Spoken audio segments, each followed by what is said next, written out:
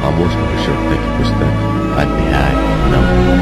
आमोस भविष्यवक्ता की पुस्तक अध्याय 9। फिर मैंने प्रभु को वेदी के ऊपर खड़ा देखा और उसने कहा,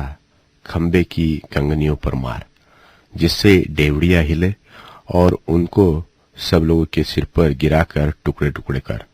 और जो नाश होने से बचे उन्हें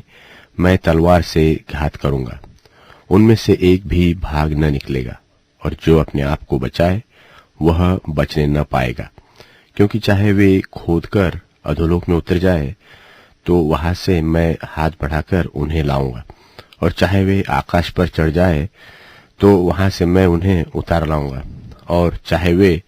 करमेल में छिप जाए परंतु वहां भी मैं उन्हें ढूंढ ढूंढ कर पकड़ लूंगा, और चाहे वे समुद्र की थाह में मेरी दृष्टि से ओट हो परंतु वहां मैं सर्प को उन्हें डसने की आज्ञा दूंगा, और चाहे शत्रु उन्हें हाँक हाँक कर बंधुआई में ले जाए परंतु वहां भी मैं आज्ञा देकर तलवार से उन्हें घात करूंगा, और मैं उन पर भलाई करने के लिए नहीं बुराई ही करने के लिए दृष्टि रखूंगा, क्योंकि सेनाओं के परमेश्वर यहोवा के स्पर्श करने से पृथ्वी पिघलती है और उसके सारे रहने वाले विलाप करते हैं, और वह सब की सब मिस्र की नदी के समान हो जाती है, जो बढ़ती है फिर लहरें मारती और घट जाती है, जो आकाश में अपनी कोठरियां बनाता और अपने आकाश मंडल की नेव पृथ्वी पर डालता और समुद्र का जल धरती पर बहा देता है। उसी का नाम यहोवा है।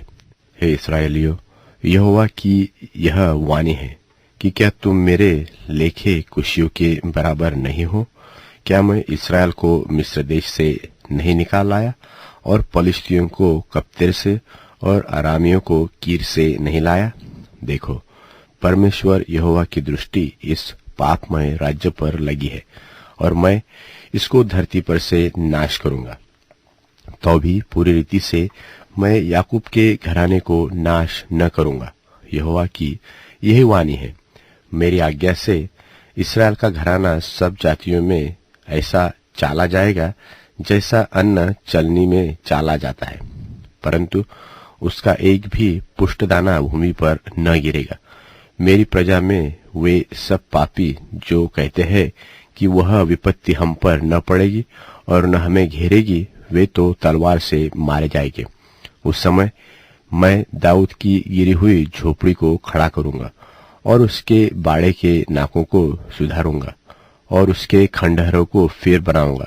और प्राचीन काल में जैसा वह था वैसा ही उसको बना दूंगा, जिससे वे बचे हुए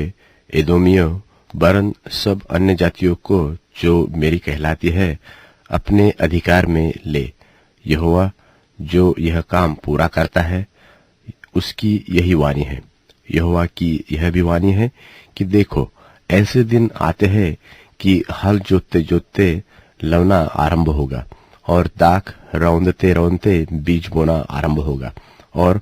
पहाड़ों से नया दाख मधु टपकने लगेगा, और सब पहाड़ियां पिघल जाएगी, और मैं अपनी प्रजा इस्राएल के बंधुओं को फेर ले आऊंगा, और वे उजड़े हुए नगरों को सुधार कर बसेंगे, और दाख की बारियां लगाकर दाख मधु पिएंगे, और बगीचे लगाकर फल खाएंगे, और मैं उन्हें उन्हीं की भूमि में बोऊंगा, और वे अपनी भूमि में से जो मैंने उन्हें दी है फिर उखाड़े न जाएंगे। तेरे परमेश्वर यहोवा का यही वचन है।